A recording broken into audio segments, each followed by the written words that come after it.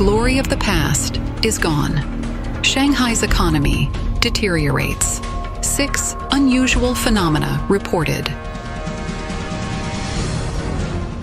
Many people in mainland China have sold watches and gold bars, only to have their bank cards frozen.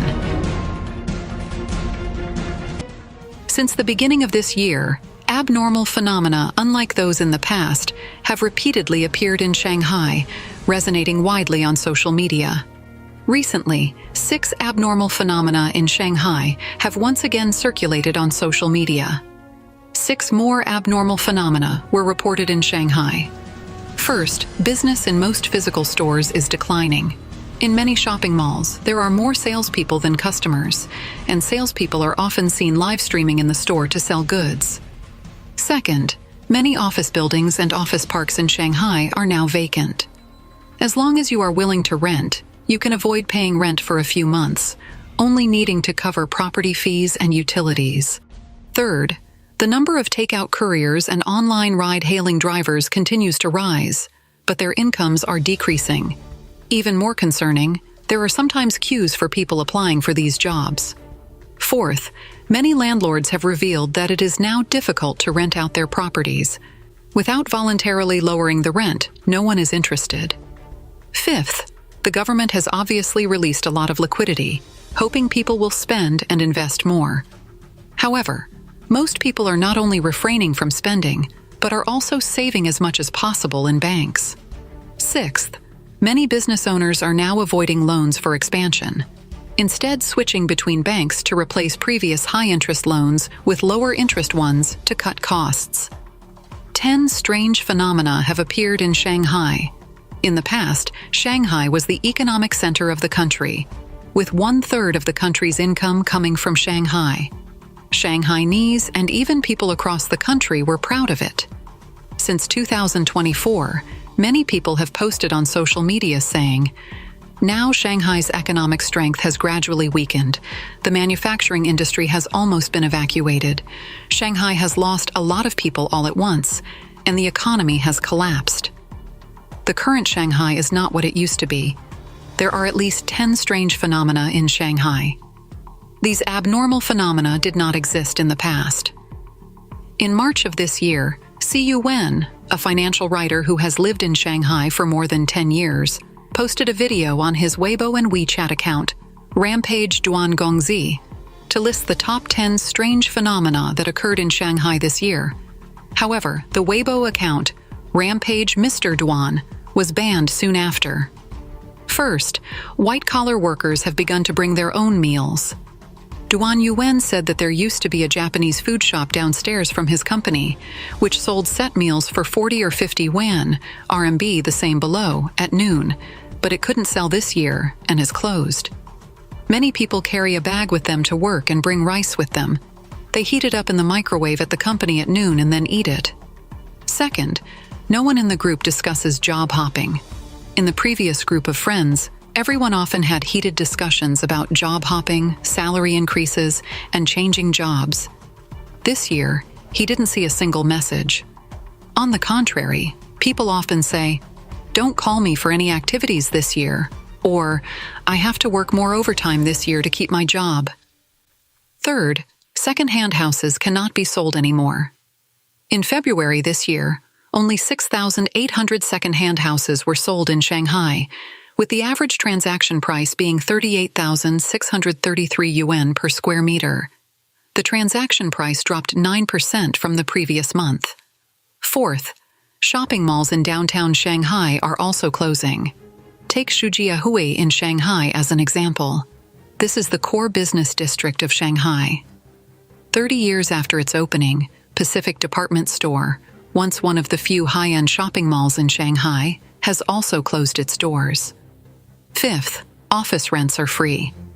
A friend engaged in the leasing business in Shanghai told him that in many office parks now, as long as you pay property fees and water and electricity bills, the office rent is basically free. Not only in Shanghai, but also in Beijing's commercial office market, a similar situation has occurred. Sixth, it is very convenient to take a taxi, and luxury cars are also available. Even during rush hour, taxi orders are received within seconds. This was unimaginable before. You typically had to make an appointment and queue up, but now orders are received very quickly, and you can often get luxury cars at cheap prices. 7th, food delivery is extremely fast. He believes there may be 2 reasons. Either few people are ordering takeout, resulting in fewer orders, or there are too many takeout workers, many of whom are unemployed and have taken up food delivery, making deliveries very fast even during peak periods.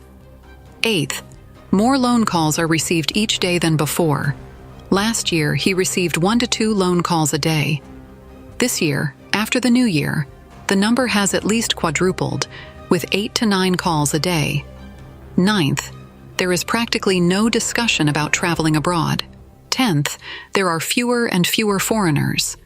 In the past, foreigners were all over the streets of Shanghai.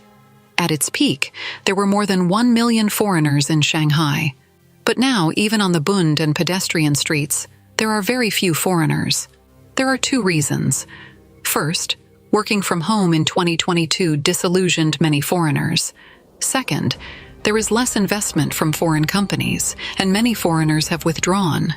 Shanghai is an international metropolis. Since the 1990s, with the influx of foreign capital, more and more foreigners have come to work in China. Nowadays, even on the streets of Nanjing Road, there are not many foreigners, especially white people. There are more black people than before. The above strange phenomena are a true portrayal of current Shanghai society. Many people in mainland China have sold watches and gold bars, only to have their bank cards frozen. Distant sea fishing refers to the practice where, under financial constraints across various regions in China, police in economically struggling areas go to other regions to enforce laws abnormally. They create criminal links between enterprises through schemes, and then forcibly confiscate private enterprise assets across provinces. Recently, distant sea fishing, in the form of online fraud, has begun targeting individuals' online sales on a large scale. For instance, someone in Shaoxing, Zhejiang sold a watch for 400,000 yuan.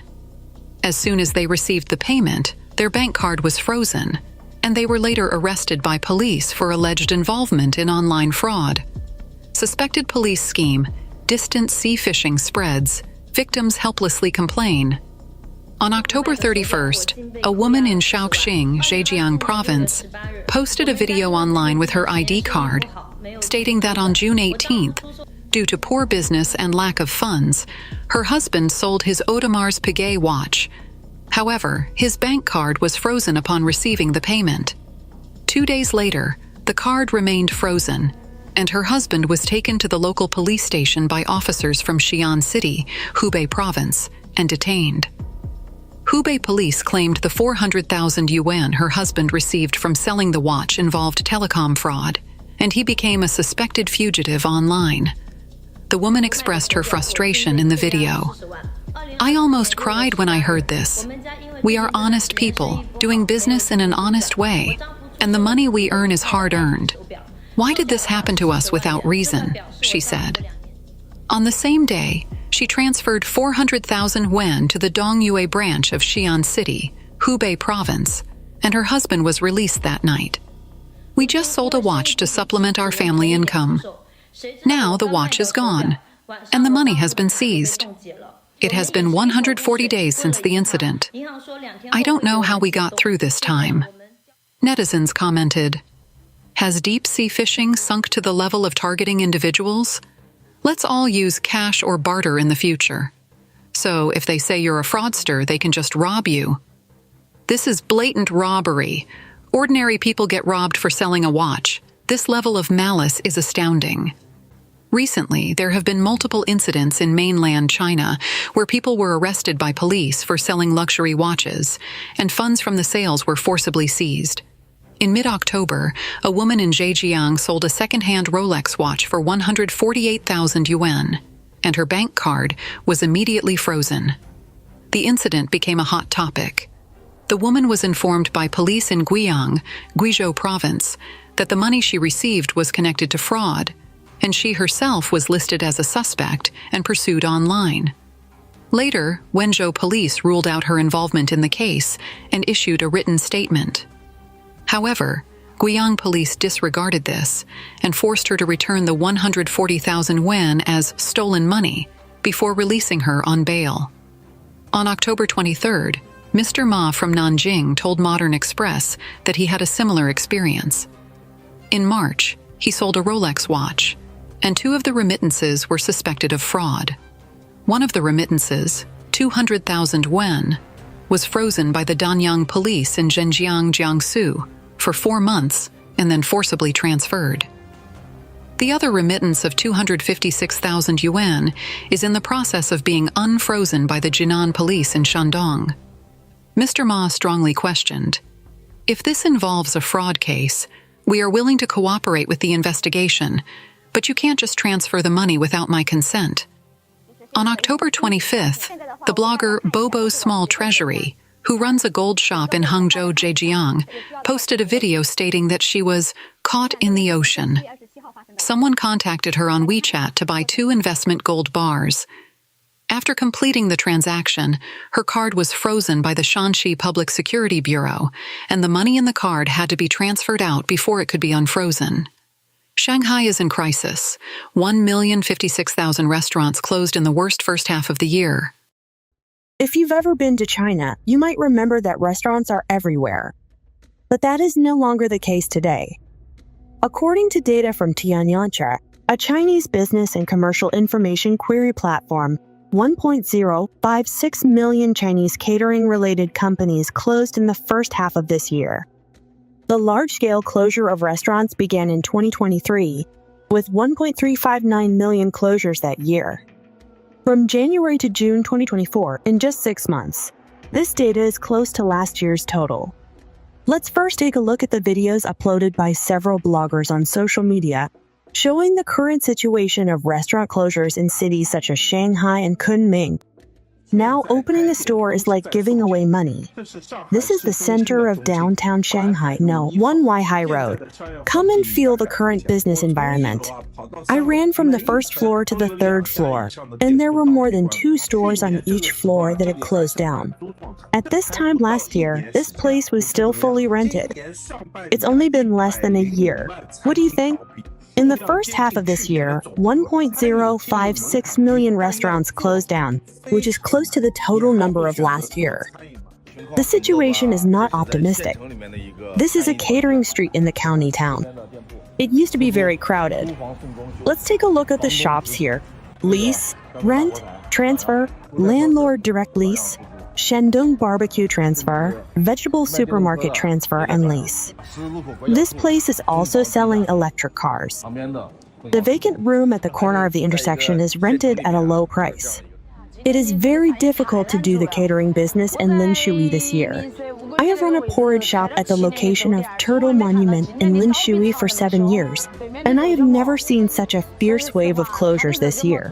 To be honest, the Rujiamo restaurant opposite, his Rujiamo is delicious.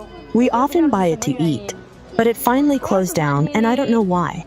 The braised pork rice in the Cantonese restaurant is selling well, and we also like it, but it finally closed down. What do you think is going on? Look at the Maokai restaurant that is also closed down. The photo studio is no longer in business, and there is also this store. The stores over there have all closed down. When can these stores be rented out? Another Chinese blogger named Stall King posted a video on July 17, introducing the current situation of the largest new city center in Kunming, Yan'an Province. He said that the vacancy rate of closed stores in the entire shopping mall has reached 85%.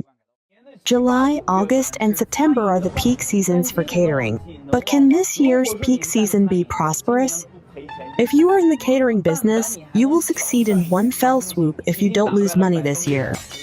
If you can still make a little profit, congratulations, you have already beaten 50% of your peers. Just halfway through this year, 1.05 million restaurants have closed down, close to the total of last year.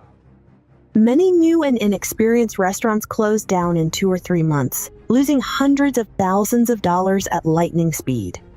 Among them, hot pot restaurants are the hardest hit. In the first half of the year, 22,000 stores were registered, of which 26,000 closed down, and more than 4,000 stores lost money. Behind me is the largest business district in Kunming, known as the new center of the city, with an annual passenger flow of about 13 million. Let's take a look at such a large business district. For physical merchants, how is the current situation? Let's take a look together. They're closed down, closed down, closed down, barbecue, hot pot. This whole large area is about 300 square meters. They used to be connected together, but now they are all closed down. This row of them are all closed down, Chaoshan beef, and this one are closed down. The closure rate of the entire mall has reached 85%. There is almost no business. Many friends said that if it is not Saturday, there will definitely be no people. Even if there is less traffic on Wednesday and Thursday, it will not affect its closure. You may say that there is not much traffic on weekdays, but it is now in a state of closure. In such a mall, only big brands such as Haidilao may survive. The economy is in serious recession in the mainland. This situation may become more serious this year, in the second half of 2024, and in 2025. There are many cases where restaurants invested millions of RMB but closed down within 3 months. The following video shows the boss talking about his feelings after the failure of his restaurant. He said that he would never do catering again. This is a barbecue restaurant where I invested 1 million RMB, which is $138,000 US. Unfortunately, it closed down in less than 3 months. Many people advised me not to open this skewers restaurant, but I chose to open it without hesitation. I only saw others making a lot of money and never thought that it would fail. At that time, the rent for this restaurant cost nearly 200,000 RMB, which is $28,000 US. The decoration and equipment cost hundreds of thousands of RMB. I dreamed every day that it would be enough to make tens of thousands of RMB a month, not to mention more. Unexpectedly, after opening, the income was not enough to cover the daily rent. The highest daily turnover was 2,000 RMB, which is less than $275 US. I hired more than a dozen employees and waited 3 months to resell it, but no one was willing to take it over for a long time. Today, it finally ended. Looking at all this, I told myself that I would never do catering again. Why did a large number of restaurants close down? Ms. Liu, a resident of Shandong, said in an interview with Radio Free Asia not long ago that because residents could not find jobs and lost their source of income, they lived frugally. All walks of life are in recession. The prospects are not particularly good now. Ordinary people dare not spend money in order to cope with the situation that they have no choice. Therefore, the consumption pattern of ordinary people has changed. They cannot see hope or the future, but they have to maintain normal expenses. When spending money, they must first make comparisons and secondly, make budgets, such as for children's education, living expenses, and medical costs for themselves or the elderly. The depression of the catering industry is the most direct manifestation of the reduction in income of Chinese residents. Whether ordinary people go to restaurants for meals can be seen at a glance. In order to survive in this difficult environment, the Chinese catering industry has launched Poor Man's Combo. For example, the well-known Chinese fast food brand Nanjing Xiang launched a 3 yuan, or 40 cents buffet breakfast, claiming that for only 3 yuan, you can drink unlimited porridge, milk, soy milk, and other breakfast drinks.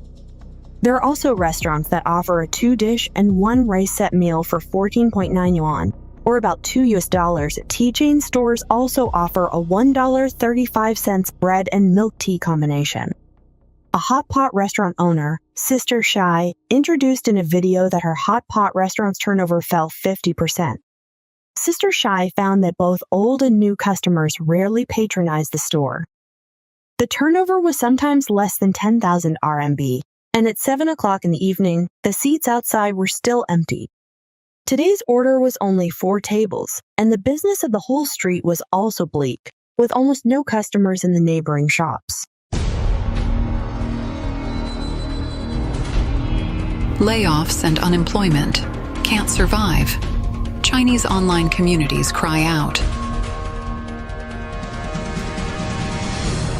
consumer confidence is low, and the good times of China's Double 11 shopping festival are over.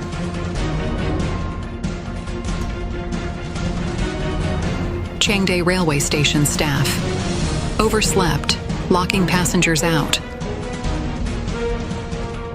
From changing the youth unemployment rate standard to relaxing the identification standard for recent graduates, the Chinese Communist Party authorities have frequently acted to cover up the soaring unemployment rate.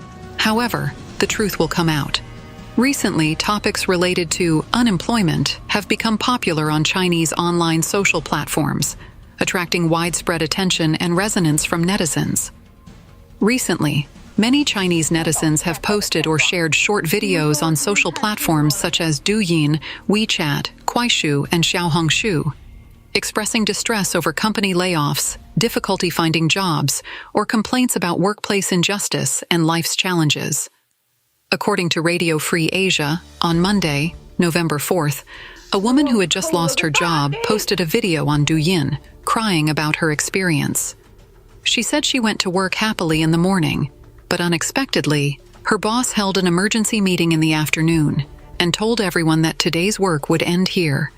It is said that many large companies are laying off employees in 2024, but she hadn't expected to be among those laid off. "I'm unemployed, I may not be able to survive," the 30-year-old woman said to the camera with tears in her eyes. "I have parents above and children below. How should I go forward?" Another college graduate from Wuhan posted a video on WeChat saying he had been unemployed for more than 4 months. To keep his family from knowing about his unemployment, he had been pretending to go to work and sitting in the library daily, doing nothing. "I get up at 7 o'clock every morning and go to the library by 8, but it's difficult to find a seat by then," the young man said to the camera. "You may not believe how many people like me are pretending to work in the library. I think pretending to go to work is not an escape, but a way to keep life as it was when I had a job." Wang Haihong, a 50-year-old netizen, posted a video describing his hardships. He said he came to Shanghai from a small town in Jiangsu 27 years ago to work. After years of unrelenting efforts, he bought a house and a car, started a family, and built a career. Now, at over 50, he was suddenly laid off by his company. The uncertainty of the future feels like a mountain, making him feel lost. In recent years, China's unemployment rate has remained high. The youth unemployment rate, for those aged 16 to 24, which has attracted much public attention, reached 21.3% in June 2023. Afterward, the Beijing authorities announced they would suspend the release of this data and revise the statistical standards before resuming data publication. However, the rate was still as high as 18.8% in August, setting a new high this year. Regarding the phenomenon of soaring youth unemployment, the National Bureau of Statistics of the Communist Party of China explained in an earlier statement, "The negative impact of current changes in the external environment is intensifying. Domestic demand remains insufficient, and economic recovery still faces many difficulties and challenges." In mid-September this year, a 24-year-old man with a master's degree in physics, after being unable to find a job for a long time, lowered his standards to apply for a handyman position at the Suzhou-affiliated Middle School of Nanjing University of Aeronautics and Astronautics, where he was hired. After the news spread, it sparked widespread discussion in Chinese online communities. In response to China's persistently high unemployment rate, senior financial commentator Kai Shenkun admitted in an interview with Radio Free Asia on November 4th that China's unemployment problem has not yet reached its worst. "I think the unemployment problem will become more and more serious," he said. He added that now is not the time for the government to invest money to stimulate the economy and save enterprises. Enterprises are unwilling to invest now, and there are no better investment channels. How can private enterprises talk about development? Consumer confidence is low, and the good times of China's Double 11 shopping festival are over.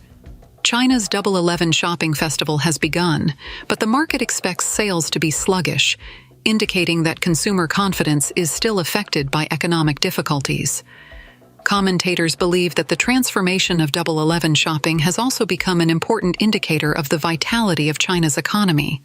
Sales activities for China's largest shopping season, Double 11 Singles Day, November 11th, have started, but most merchants and retailers are not optimistic about this year's sales, mainly due to downgraded consumption levels and general pessimism about China's economic prospects among consumers.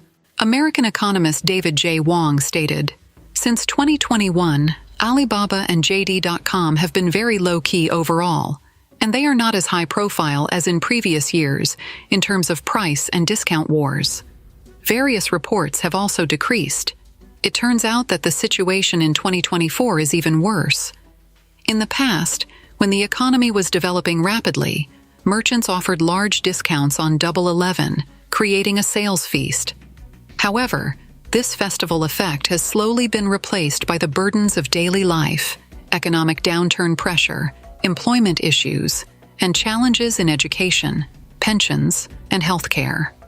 For ordinary people, the consumption of non-essential goods has lost its appeal." On October 23rd, a mainland blogger posted a video on Xiaohongshu saying that this year's Double 11 felt particularly strange. On one hand, merchants were spending heavily to push traffic, almost as if risking their lives. Yet on the other, consumers seemed to have a retaliatory attitude, hoping it would fail.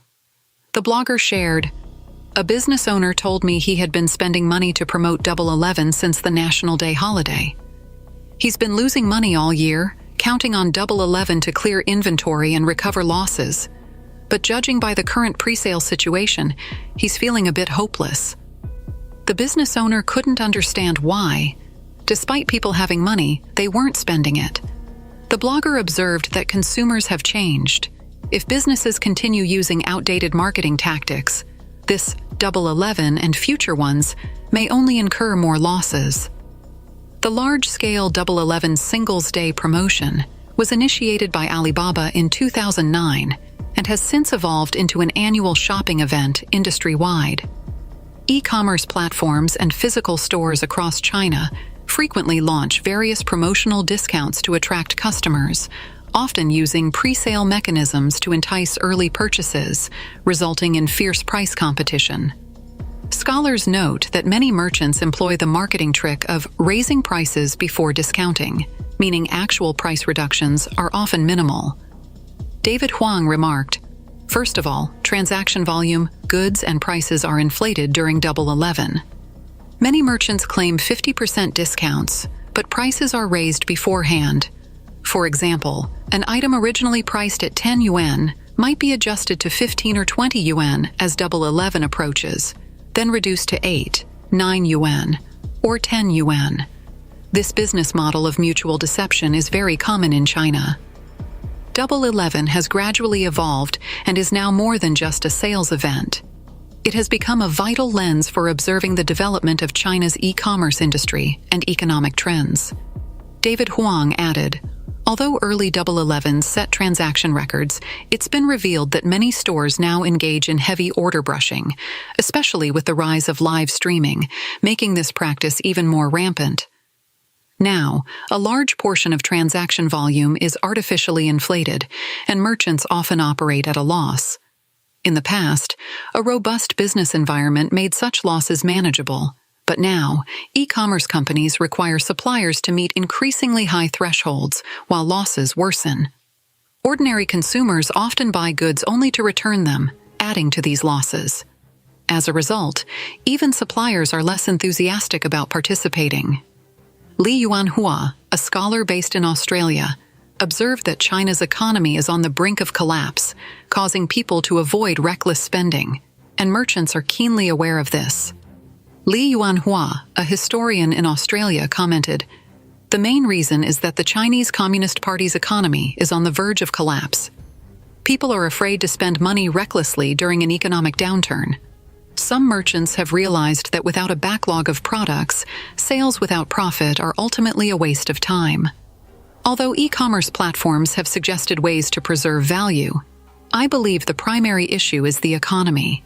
The downturn has caused the consumer market to stagnate." If merchants end up working in vain while only the platform profits, they are understandably reluctant to participate actively. Changde Railway Station staff overslept, locking passengers out.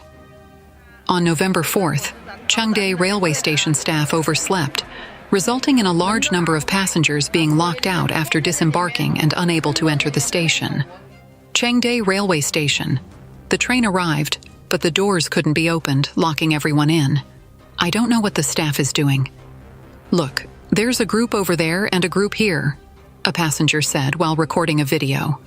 The video shows a train that has arrived at the station with passengers walking to the exit, but unable to leave because the gate was closed. Many were carrying large and small bags, waiting anxiously for station staff to open the doors. It was not until 20 minutes later that a staff member arrived to unlock the doors, allowing the stranded passengers to enter the station. Afterwards, Changde Railway Station reported that the staff involved had overslept and had been disciplined, suspended for 1 month with their half-year bonuses cancelled. The on-duty leader was also punished. This incident sparked heated discussions among netizens, with one commenting, "I can't believe this is real, such a basic mistake." Is there only one employee at such a large train station? Why isn't there staff in the control room for the platform attendant? Are they all asleep? Another sarcastic comment read, "This is too serious. How will the losses of so many passengers be calculated? This first-tier city in China is finished. Desolate scene. The unemployed youth sleep on the streets." China's economy continues to decline severely, and the unemployment rate remains high. In first-tier cities such as Guangzhou and Shenzhen, the scene is desolate, gloomy, and sad, no longer showing the vitality of some of China's most magnificent cities. A large number of young people who are unemployed or without regular jobs are forced to sleep under bridges and struggle to survive because they have no money to pay rent. Videos show that a large number of unemployed young people are living under bridge tunnels in Guangdong. They have no fixed jobs and no money to pay rent.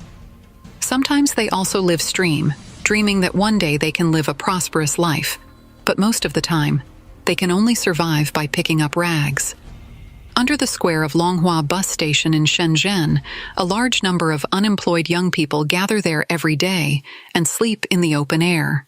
If outsiders come to take pictures, they are driven away or even beaten. In a park in Guangdong, several unemployed young people live in the park and sleep on park benches. However, several police officers drove them away and refused to allow them to live there. The young people's clothes are still hanging on the trees in the park. In Huizhou, Guangdong, a 20-year-old man who couldn't find a job spent the night sitting on an overpass. Some kind-hearted passers-by offered him a room to sleep in, but he refused. A netizen photographed a group of delivery boys sleeping on the streets at 6 o'clock in the morning under a bridge in Guangzhou. Some of them were sleeping on the ground, and some were setting up tents. It made people lament their hard life in big cities. One netizen said that she and her husband have been working in Shenzhen for 24 years. They got married and had children there. Recently, they both lost their jobs. Many relatives and friends persuaded them to go back to their hometown. She said in a video, "We don't even have a place to stay when we go back now, because the house in our hometown has been uninhabited for many years, and there is no room for us to live there. You want to farm, but there is no land to farm. You want to do business, but there is no capital." Another netizen said that she has been working in Shenzhen for nearly 10 years, but still has nothing. No car, no house. She said in a video, "I have been unemployed for 6 months. I will be 30 years old next month. Now I have no savings, no car, and no house. I came to Shenzhen in 2014.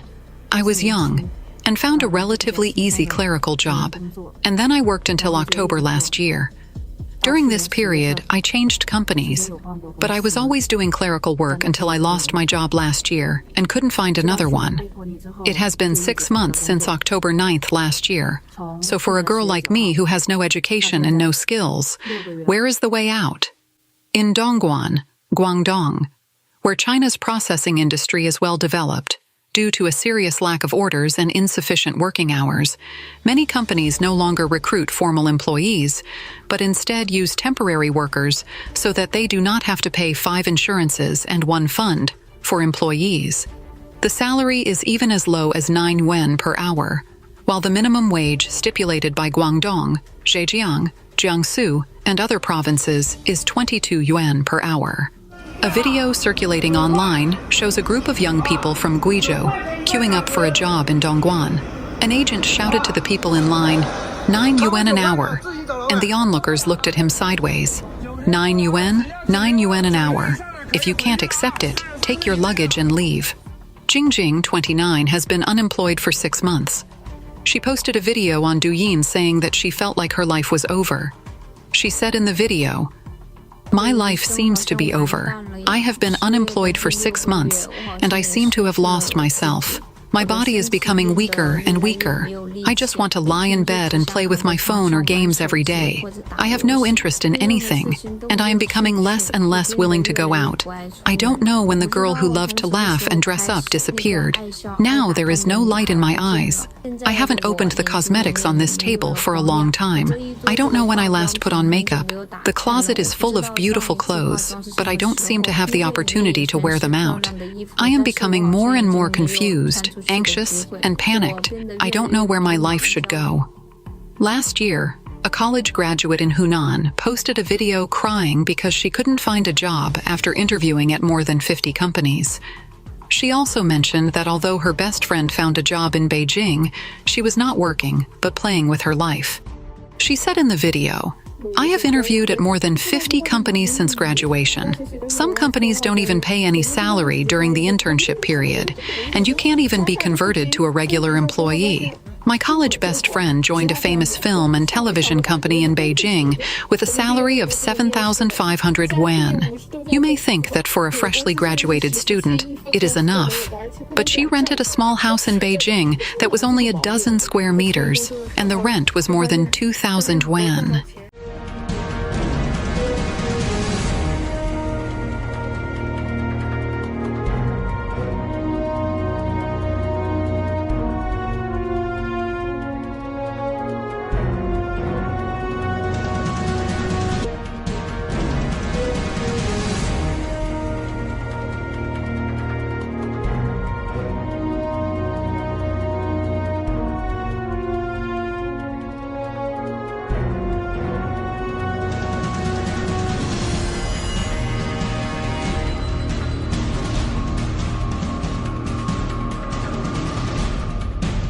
As China's economy deteriorates, the new poor are spreading to Beijing and Shanghai. In recent years, as China's economy continues to deteriorate and housing prices plummet, the new poor are spreading in major cities such as Beijing and Shanghai. They may appear well-dressed, but live in poverty due to heavy debts. A new term has emerged on Chinese social media, new poor. This group of people is spreading across major cities in China, especially in first-tier cities like Beijing, Shanghai, Guangzhou, and Shenzhen, where the new poor are more common. The common characteristics of the new poor include owning a house and a car in the city, no savings, or if they have savings, they are minimal. Apart from houses and cars, they have no other assets. The scale of debt has reached millions or even tens of millions. They face huge monthly repayments and, due to sharp income drops, have fallen into the difficult position of not making ends meet. Many are confused. If they can afford a house and a car in the city, they must be worth at least millions. So how can they be considered poor? This is because many now buy houses and cars in installments, which places them under enormous loan pressure, with repayment periods extending for several decades. Additionally, China's economy has been sluggish in recent years, with many people losing jobs and experiencing unstable incomes. Under the weight of mortgages and car loans, many are forced to cut spending and lower their quality of life to get by. They avoid extra entertainment expenses and even fear getting sick, becoming the new poor in the city. These new poor are described as living in homes worth millions of yuan but unable to pay a 10,000 yuan mortgage, driving cars worth hundreds of thousands of yuan but unable to afford a 500 yuan gas refill. Their daily lives are burdened by high mortgage loans, with nearly all of their income going to mortgage and car loan payments. They must work non-stop every day, constantly worried because if anything happens to their job and they lose income or can't make monthly payments, the bank will repossess the house and car, and the down payments and previous monthly payments will not be returned, wasting years of hard work. In recent years, China's real estate market has been sluggish, with housing prices in first-tier cities falling by almost 30%, and prices in other cities dropping even more sharply, with some areas seeing declines of over 50%. As a result, those who bought at high prices now face significant asset depreciation.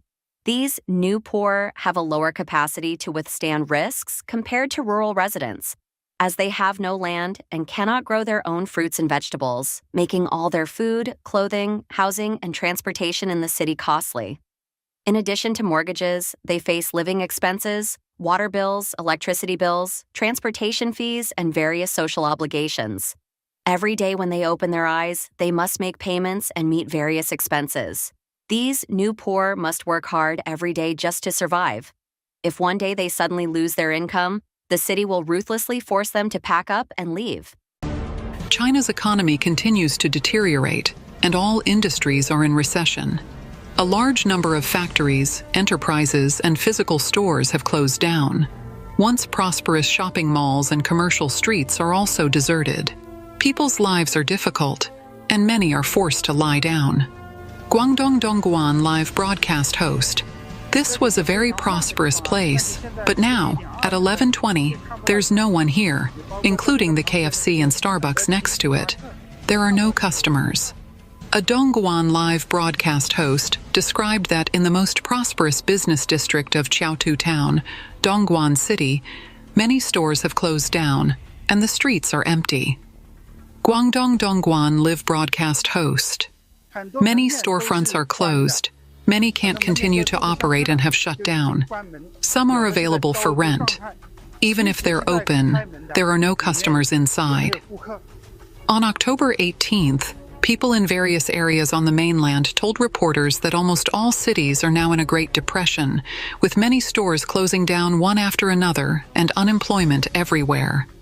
Mr. Li, a citizen of Xiamen, Fujian said, "Now, even in the entire coastal city that once had the most advanced economy, most people who ran shops, factories, travel agencies, and entertainment venues have gone bankrupt in recent years. For example, some physical factories have a few days off, and the boss has sold all the machines. The workers come to work, but there's no place for them to work. The boss is in debt and has no business. Some can't even pay wages. China's economy has worsened. Local governments are heavily in debt, and civil servants have generally faced salary cuts, unpaid wages, and the loss of all welfare benefits." Mr. Li, a citizen of Xiamen, Fujian said, "Now in some places, buses can't pay wages, so services have stopped. While Xiamen's buses haven't stopped, many taxis aren't running as they used to. The tram has become very popular here. To save costs, people generally buy trams. It's more convenient to ride a bike yourself." Many people on the mainland say that many are now forced to lie down, and basic consumption has also shrunk. Mr. Zhou, a resident of Shenyang, said, "Now, from business owners to middle-level leaders, grassroots employees, and restaurant owners, it's a period of depression, and no one is having an easy time. Companies of all kinds are laying off employees. I have 4 friends who've been laid off. We're just trying to survive now and have to be prepared to lie down." A Guangzhou live broadcaster noted that in recent years, many shops in Guangzhou have closed, and the once prosperous business district has become deserted. A female live broadcaster in Guangzhou. "Look at these physical stores along the street. The locations are excellent. Many storefronts are empty, and now a large area has closed down. Physical stores can't continue." A Qingdao live broadcaster stated that the economic depression in Qingdao is severe. Even at dinner time, the dining area in large shopping malls is almost empty. Qingdao live broadcaster. "It's 7 o'clock in the evening. Ordinarily, as mealtime, there should be a lot of people, but after walking around, there's almost no one. The once crowded Guangzhou Shangxiaju commercial pedestrian street is no longer thriving. Guangzhou live streamer. I'm now on the Shangxiaju pedestrian street in Guangzhou. This side is divided into two streets, the upper and lower streets. This is the lower street. As you can see, around 7 p.m., many shops have closed. To be precise, many shops have not been open for a long time. You can see that these closed shops are all in a row. Mainland residents believe that people now lack money and don't consume, leading to the closure of a large number of physical stores. Mr. Wang, a resident of Dongguan, Guangdong said, "Nowadays, general store owners, hardware dealers, and small supermarket owners are all closing down. Look at the barbershop owners. They have no money. Some men don't even go to the barbershop to get a haircut. You can get a haircut for 20 or 30 yuan, or some people get it done roadside for 10 yuan." A Guangzhou live streamer mentioned that barbershops have also closed down in recent years, and many people around him no longer visit them. Guangzhou live streamer. I haven't been to a barbershop for several years. The key is that more and more people like me don't go to barbershops. Like my neighbors, most ask their wives to cut their hair. A physical store owner shared that he had been doing business for many years, but now he loses money in everything he does, so he has decided to lie down. Mr. Zhao, a physical store owner in Shenzhen, said, "I know many colleagues and other business owners.